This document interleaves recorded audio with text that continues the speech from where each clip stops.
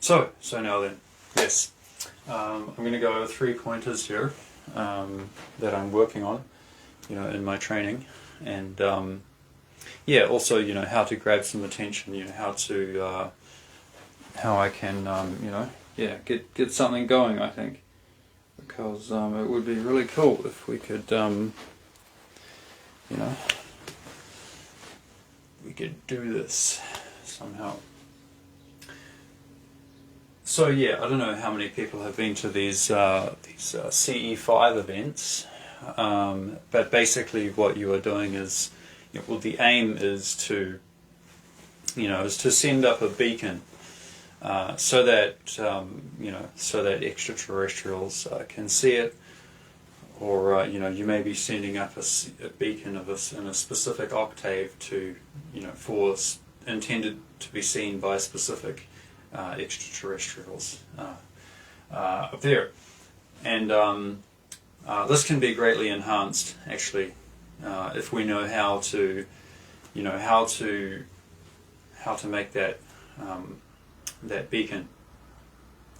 Really, it all comes back to qigong, and that's how I'm going to explain it here. I'm sure it can be explained other ways, but this is how I, qigong is my basis, what I do, so this is how I'm going to explain it. So we have our channel system, and our energy in our body, our different layers of fascia that that our charge soaks into, and that our awareness thereby soaks into. So we have a mental body just like we have a physical body, and so in Oriental systems, the intellectual capacity, or the awareness, or the thinking, pretty much every aspect of mind is not just in here, it's everywhere. It's everywhere where you have a tactile perception. So this really comes into what I'm going to explain, what is tactile, visual, tactilization / feeling / listening. This is really what is meant in a lot of these meditation systems, and manifestation systems, and healing, and all these that are using this word, visualization, and but there is a kind of another faculty of perception that we have, which has kind of been translated into English as just visualization. Thing is, when you just visualize, when we think of it, it's in the visual cortex, in the mind, or in the mind's eye, as you could call it. But as I said, in the where these systems came from that were using this word visualization, what it was translated from was really with regards to a kind of sense we have in our whole body. So when you're actually, the way you are actually supposed to visualize something to heal someone, or to cultivate energy, or whatever, is localized in the body. You feel, you see, you hear that change in whatever part is that you are being aware of in the body. And there's also various different breathing systems to build that ball, or that whatever it is that you're working on in the body. And So see, because all this is all interlinked, it's kind of difficult to go through it as, 1, 2, and 3 or whatever. But I think the first thing we need to understand is what is meant by, by visualization. So I've just explained that, visual tactilization, feeling, listening, it's that sense of inertia that you feel in your body, and that's really where you start from with in internal martial arts. You start with this this kind of almost like a sixth sense, but it's really related to pressure and touch and heat, and it's those same peripheral CB2 receptors in our body that are that we are engaging with, that we are using to engage with the inertia, and also to direct the inertia of the body through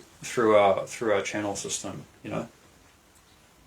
and that is very, very closely linked, and in some aspects it is almost indistinguishable from this mental body, which is which has this faculty of visual tactilization, feeling, listening, in it. And so this is what it is. This is what we need to understand when we are sending up these beacons, when we are doing these CE5s, and when we are sending up these beacons, so that hopefully our friends up there can see them. We're able to do it effectively.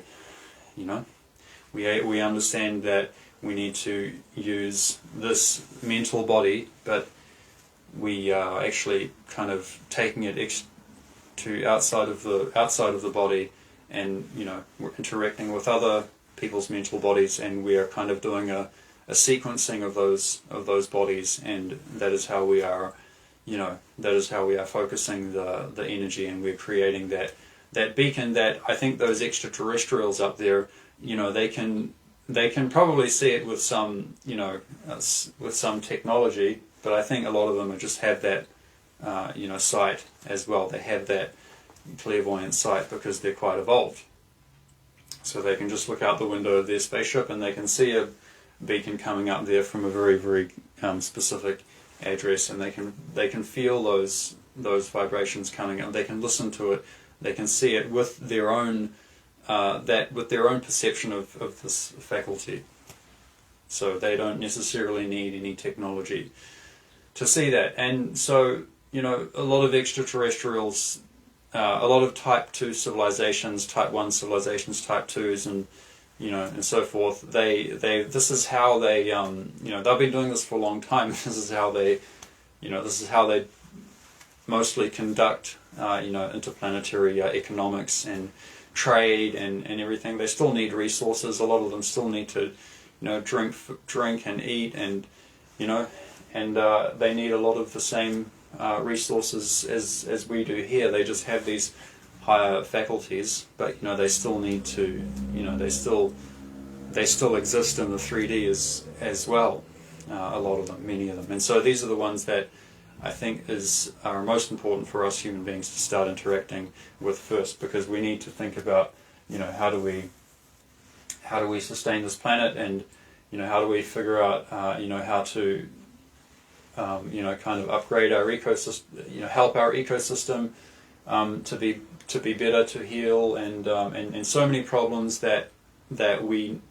so many issues that we can really only they're going to be able to help us with. Of course, there are very much more higher dimensional beings and energies and spirits and all of the above out there as well, but they're on a totally other level that doesn't really concern us that much. So it's these ones that are pretty much human beings like us, and they come in all different shapes and sizes, and of course there'd be many different experiences that you could have traveling around out there. And also let's talk about healing, because that is what this is for. Exclusive awareness, it should be awareness, excuse me, exclusive awareness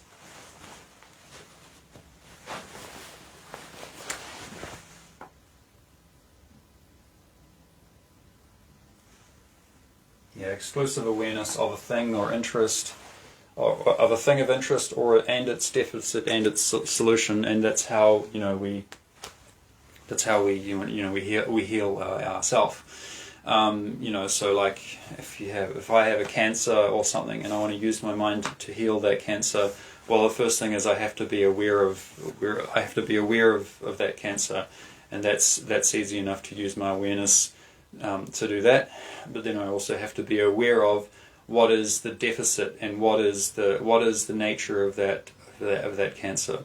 So that's a little bit deeper level of awareness. And then also I need to understand what is the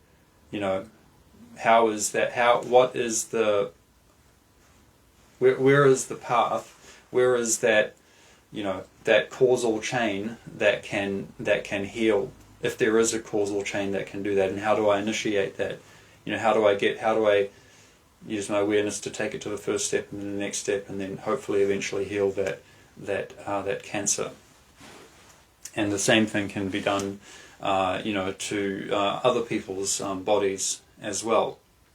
We just have to, just like I'm aware of my body now, I'm aware of someone else's body, and I put my exclusive awareness on there, and it's not some kind of no kind of force at all. It's like if I'm aware of my hand here, I'm just aware of my hand. I don't have to use any effort at all to be aware of my hand. I'm just exclusively aware of my hand, or just its focus there. It's just the same as your visual perception. You can focus on one object, or you can let the eyes gaze, but still the gaze is still going to have a rough, kind of center point. And it's the same with this, faculty of perception as well.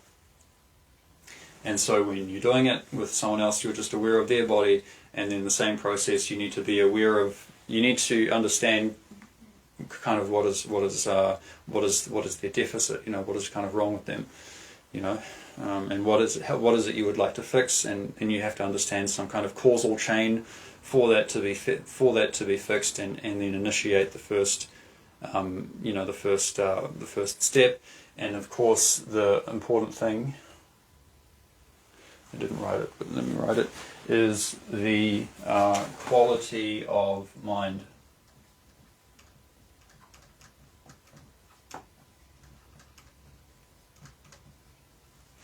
Because if you don't have the right quality of mind, it's not going to really work.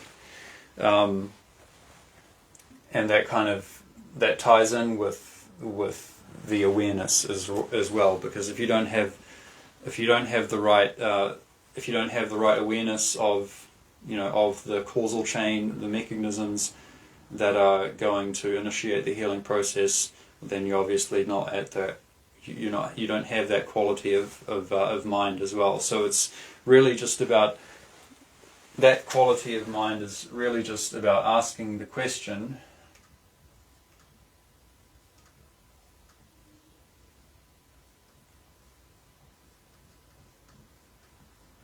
Is really just about asking this question: is how can I help?